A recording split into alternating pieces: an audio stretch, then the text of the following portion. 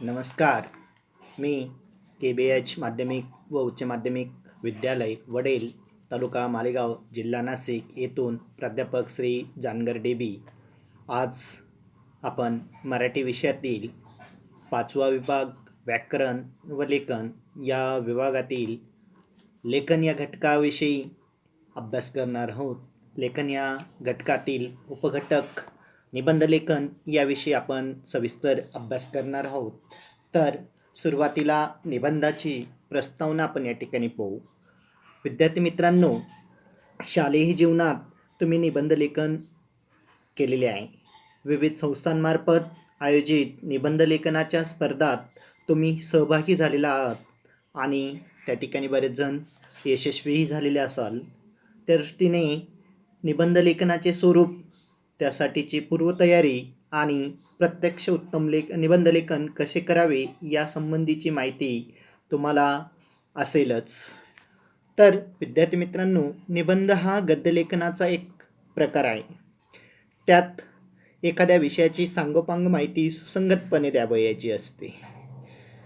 निबंधात कधी एखाद्या समस्येचा उहापोह केलेला असतो. समस्येचे स्वरूप, कारणे व उपाय या रीतीने त्यात मांडणी केलेली असते. मग या निबंधात एखादी वस्तू, ठिकाण, परिसर, प्रसंग, व्यक्ती यांचे वर्णन असते. तर कधी विविध सजीव निर्जीव गोष्टींचे आत्मकथन असते. कधी कधी कल्पनेवर स्वार होऊन अनेक गोष्टींच्या अंतरंगात शिरण्याचा प्रयत्न असतो. त्याचप्रमाणे नकारात्मक गुणांचाही निर्देश करायला हरकत नसते. अशा प्रकारे निबंधात आशय विविध रीतीने मांडलेले असतो. पहा विद्यार्थी मित्रांनो, एखादी वस्तू, एखादं ठिकाण, एखादा परिसर, एखादा प्रसंग, एखादा व्यक्ती किंवा एखादा सजीव निर्जीव गोष्टी यांचं आत्मकथन किंवा एखादी कल्पना असेल तर त्या कल्पनेत स्वार होऊन आपण अनेक गोष्टींमध्ये किंवा त्यांच्या अंतर्भागामध्ये शिरण्याचा प्रयत्न आपण या निबंध लेखनात करत असतो. तर अशा ह्या निबंधाचं स्वरूप आपण या ठिकाणी पाहू. तर निबंध हा नीट बांधलेला असतो, नीट गुंफलेला असतो, नीट जुळवलेला असतो. त्याला निबंध असं म्हटलं जातं. किंवा निबंध कसा असावा, तर तो सुटसुटीत एकामध्ये एक गुंतलेला किंवा गुंफलेला, त्याच्यानंतर त्याच्यासाठी विशिष्ट प्रकारची शब्दरचना ही त्या शब्दरचनेची जुळवाजुळव केलेली असावी. त्याचबरोबर त्या विषयाला धरून मनातील विचार आणि भावना यांची सूत्रबद्ध गुंफण त्या ठिकाणी त्या निबंधात अभिप्रेत असते. त्याचबरोबर निबंध लेखनात आत्मविष्काराला भरपूर वाव असतो. एखाद्या विषयाच्या संदर्भात आपल्याला जे जे म्हणून माहिती आहे, जितके तितके म्हणून माहिती आहे, ते सगळेच एकत्र करून केलेले लेखन म्हणजे निबंध नव्हे, तर निबंध म्हणजे सुसंगत आणि योग्य विचारांच्या कल्पनांची अर्थपूर्ण गुंफण होय. निबंध म्हणजे एखाद्या विषयासंबंधीचे स्वतःचे विचार सुसूत्र, सुसंबद्ध आणि सुबकतेने मांडून तो विषय ठराविक मर्यादेत लिहून पूर्ण करणे होय. संस्कृतमध्ये अवघ्या 3च शब्दात निबंध या साहित्य प्रकाराचे नेमके वर्णन केलेले आहे. निबंध ते अस्मिन इति, अर्थात जिच्यामध्ये विषय गोवला जातो अशी वाङ्मयीन रचना म्हणजे निबंध होय.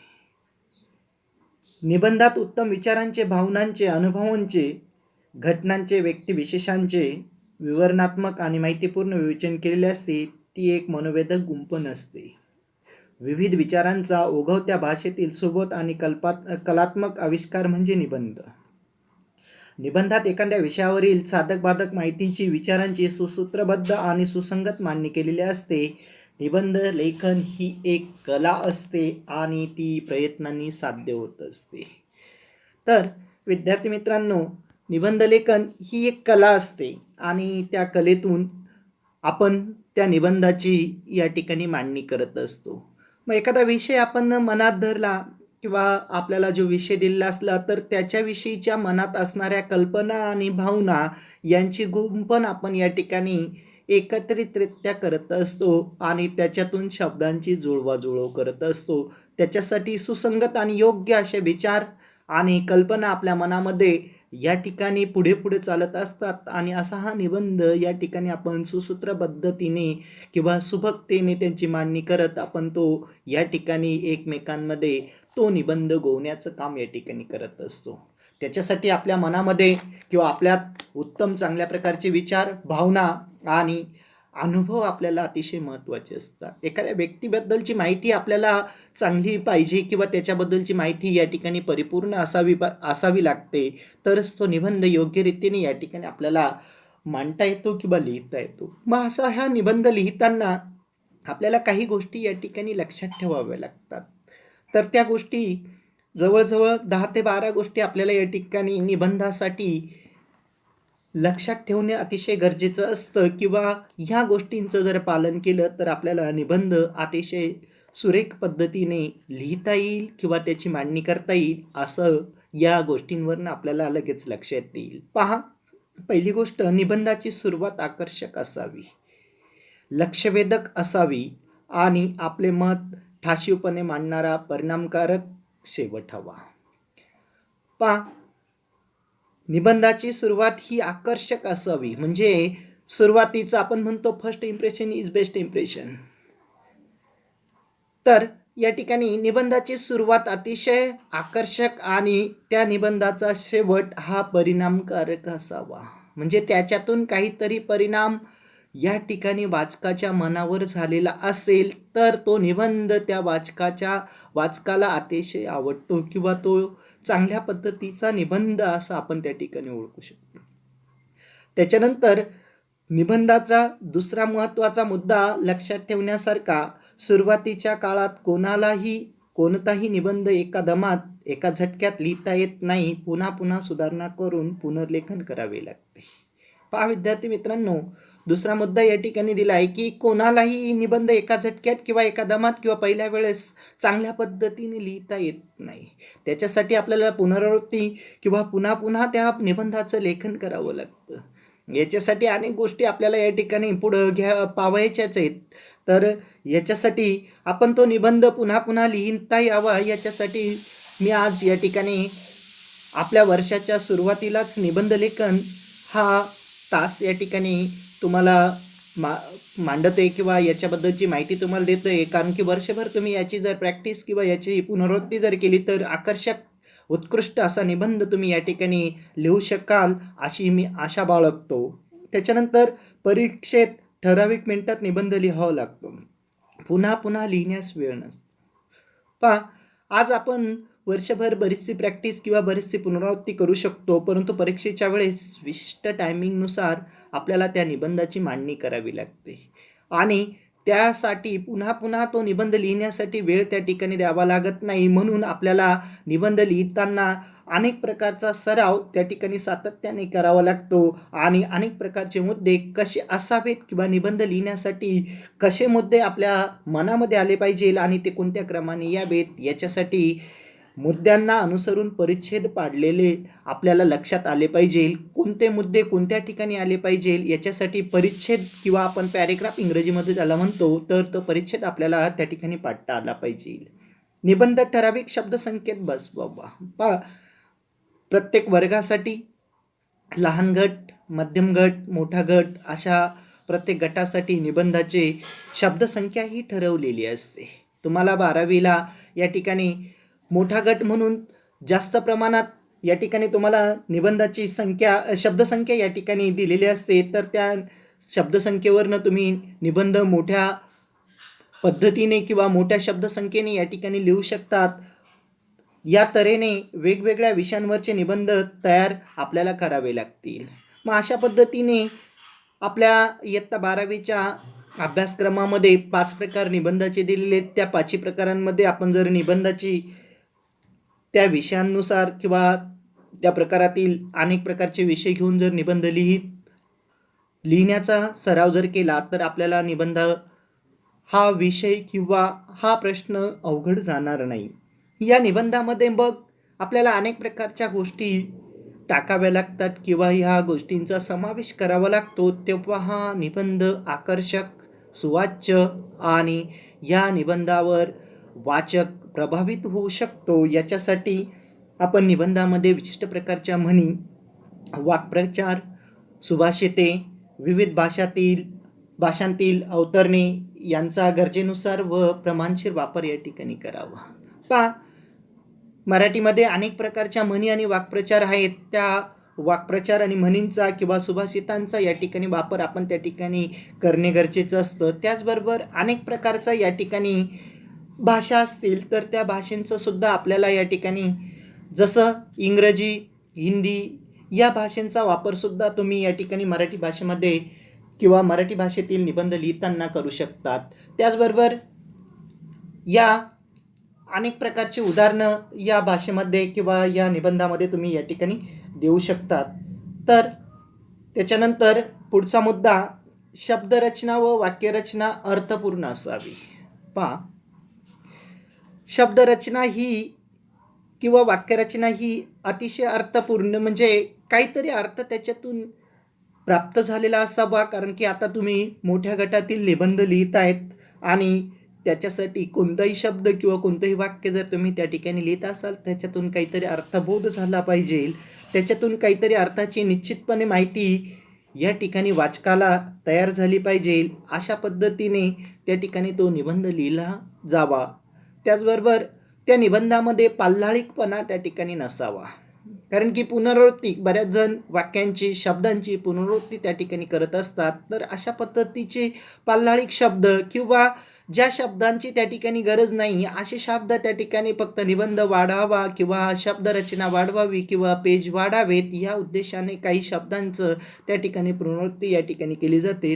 ती पुनरावृत्ती या ठिकाणी होता कामा नये. स्वतःच्या शब्दातच निबंध लिहावा. पहा, निबंध हा स्वतःच्या शब्दात आणि मनात उद्भवलेल्या अनेक प्रकारच्या ज्या गोष्टी असतील किंवा कल्पना असतील त्या कल्पनेतून हा निबंध या ठिकाणी साकार व्हावा. दुसऱ्याने दिलेला निबंध त्या ठिकाणी लिहिला किंवा त्याची घोकमपट्टी जर केली तर तो निबंध त्या ठिकाणी आपल्याला ऐन वेळेस आठवत नाही किंवा त्या घोकमपट्टीवरनं तो निबंध आपला या ठिकाणी चांगल्या पद्धतीने आकर्षक ठरू शकत नाही.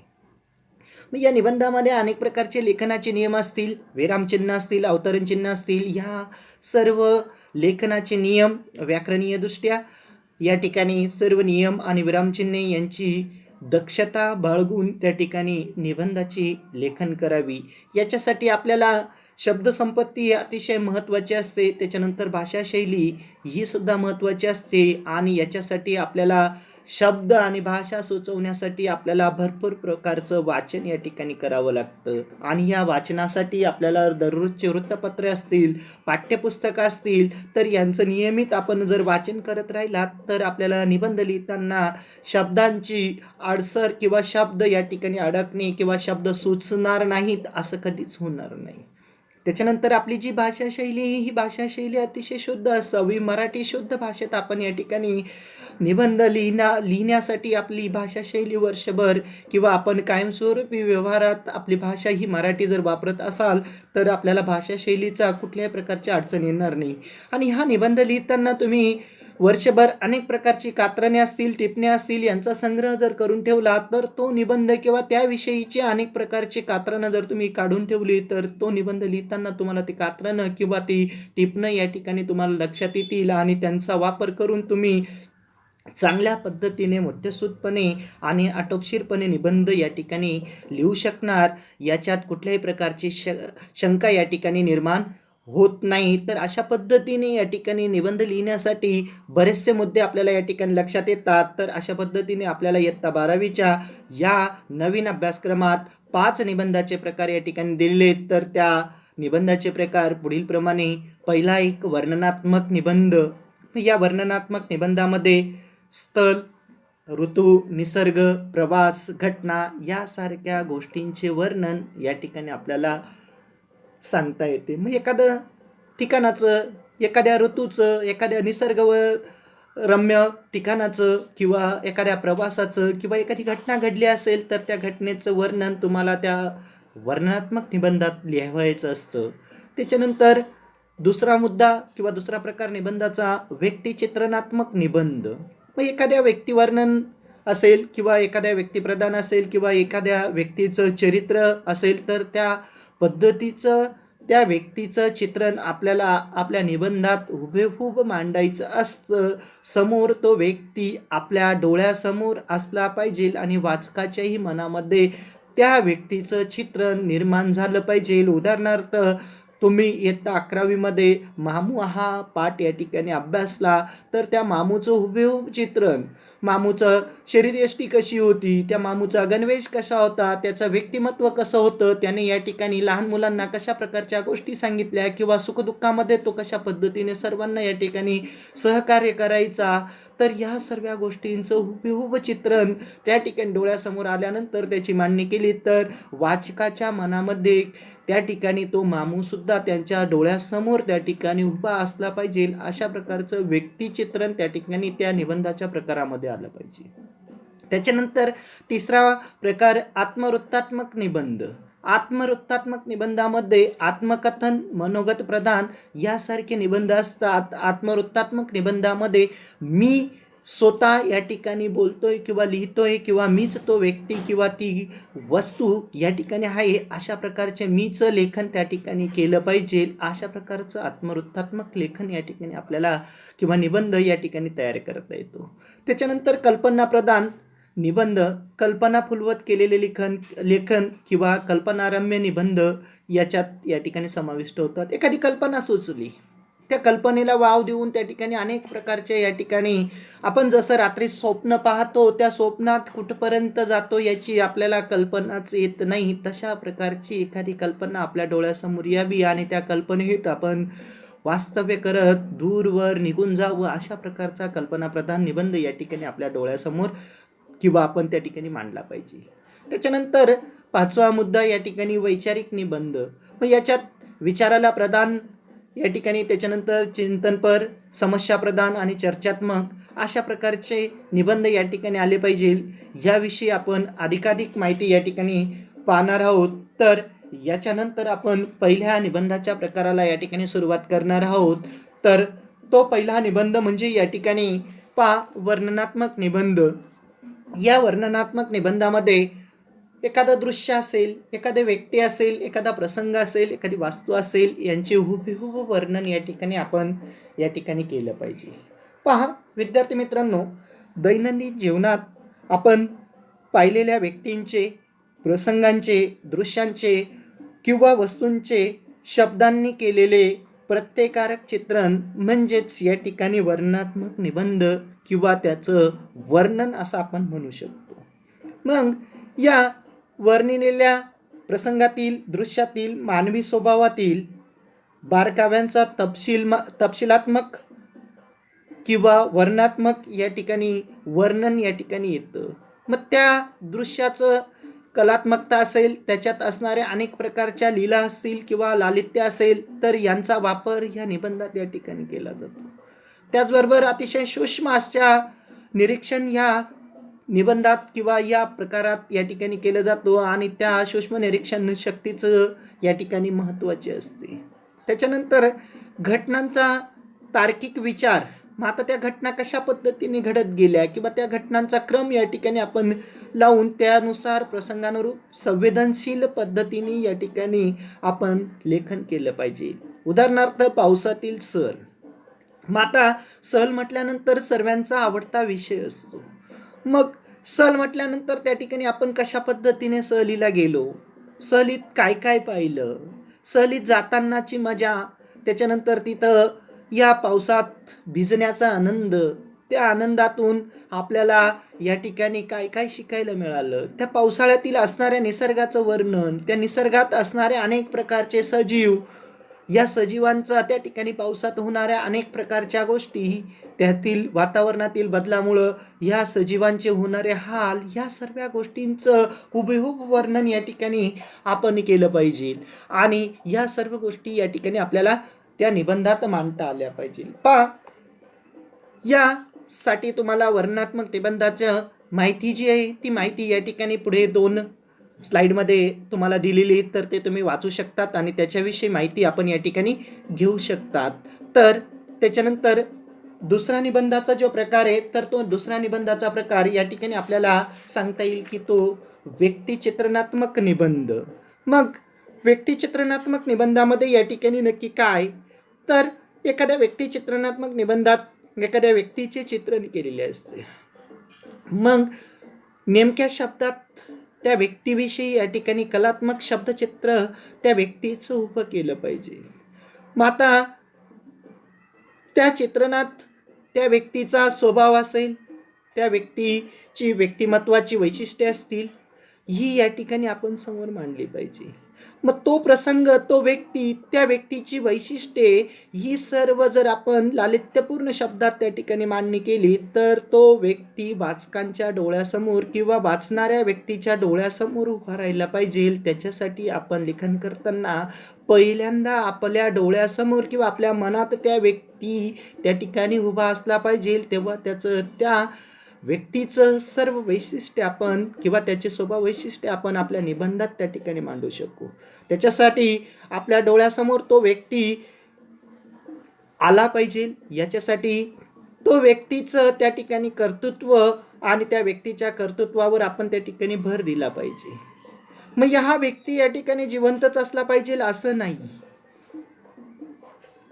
कोणताही व्यक्ती असेल, त्या व्यक्तीची माहिती त्या ठिकाणी आपल्याला द्यावयाची असते. मग त्याच्यातून वाचकाच्या मनाला आनंद किंवा प्रेरणा या ठिकाणी मिळाली पाहिजे. मग हा व्यक्ती एखादा नामांकित व्यक्ती असेल, वलयांकित व्यक्ती असेल किंवा एखाद्या इतिहासातील प्रसिद्ध व्यक्ती असेल असंच नाही, तर कोणीही व्यक्ती, सर्वसाधारण व्यक्ती या ठिकाणी त्याचं हुबेहूब चित्रण या ठिकाणी आपण मांडू शकतो. याच्यासाठी मी आत्ताच उदाहरण दिलं की इयत्ता 11वीमध्ये आपण मामू हा पाठ या ठिकाणी अभ्यासला होता. त्या पाठामध्ये एका शाळेतील असणारा एक शिपाई, त्या शिपायाचं व्यक्तिचित्रण त्या ठिकाणी आपल्याला पाहावयास मिळतं. त्याचा पेहराव असेल, त्याचे शरीरयष्टी असेल किंवा त्याने केलेले अनेक प्रकारच्या शाळेतील कार्य असेल किंवा त्याचं प्रार्थनेच्या वेळेची असणारी अवस्था असेल किंवा त्याने अनेक प्रकारच्या मुलांवर त्या ठिकाणी दाखवलेली माया असेल, तर या सर्व गोष्टी त्या ठिकाणी समोर हुबेहूब मांडता आल्या पाहिजे. तेव्हा त्या व्यक्तीचं चित्रण आपल्याला त्या ठिकाणी मांडता येईल. याच्यासाठी सविस्तर माहिती तुम्हाला या ठिकाणी निबंधाच्या या प्रकारामध्ये, व्यक्तिचित्रणात्मक निबंधामध्ये समोर दिलेली, तर ते तुम्ही वाचून त्याच्याविषयी जास्तीत जास्त अभ्यास या ठिकाणी करू शकतात. त्याच्यानंतर पुढचा निबंधाचा जो प्रकार आहे तर तो म्हणजे या ठिकाणी आत्मवृत्तात्मक किंवा आत्मकथनात्मक निबंध. या प्रकारामध्ये या ठिकाणी प्रथम पुरुषी निवेदन आपण या ठिकाणी केलं पाहिजे. याच्यासाठी या प्रकारामध्ये सजीव किंवा निर्जीव एखादी वस्तू असेल तर त्या स्वतःच्या जीवनाचे कथन करीत आहेत अशी कल्पना या ठिकाणी आपण मांडली पाहिजे. म्हणजे प्रथम पुरुषी मी एक जीर्ण पुस्तक या ठिकाणी बोलतोय, अशा प्रकारचं या ठिकाणी प्रथम पुरुष म्हणजे आपण स्वतः ते बोलतोय. किंवा एखाद्या सडकेलगतच्या झाडाचं मनोगत या ठिकाणी आपण किंवा आत्मकथा या ठिकाणी जर लिहित असाल तर मी सडकेलगतचं एक वटवृक्ष या ठिकाणी लिहितोय, माझी अवस्था आज कशी झाली, अशा प्रकारचं आपण वर्णन त्या ठिकाणी म्हणजे प्रथम पुरुषी लेखन किंवा निवेदन आपण त्या ठिकाणी केलं पाहिजे. म्हणजे मीच स्वतः त्या ठिकाणी बोलतोय अशी कल्पना या ठिकाणी आली पाहिजे.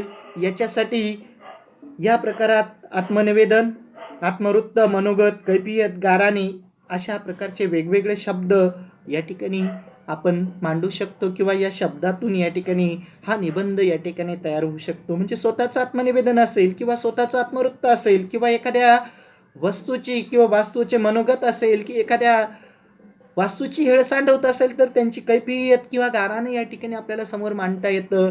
तर अशा ह्या वास्तूंचा वेगळेपणा किंवा त्या वास्तू किंवा वस्तूंच्या भावनांचा स्पर्श आपल्या मनाला या ठिकाणी झाला पाहिजे. तर त्या ठिकाणी आपण हा निबंध या ठिकाणी आत्मवृत्तात्मक किंवा आत्मकथनात्मक निबंध या ठिकाणी मांडू शकतो किंवा लिहू शकतो. याच्यासाठी आपल्या कल्पना विस्ताराला भरपूर संधी असते. म्हणजे आपण जी कल्पना त्या ठिकाणी त्या झाडांबद्दल किंवा त्या वास्तूबद्दल किंवा त्या वस्तूबद्दल या ठिकाणी करू शकतो किंवा एखाद्या म्हाताऱ्या व्यक्तीचं किंवा वृद्धाश्रमातील असणाऱ्या एखाद्या म्हाताऱ्या जोडप्याचं किंवा म्हाताऱ्या आजी आजोबांचं या ठिकाणी कैफियत किंवा त्यांची गाराणी आपण किंवा त्यांचं मनोगत आपण जेव्हा मांडू तर त्या ठिकाणी अनेक प्रकारची कल्पना आपण त्या ठिकाणी करू शकतो.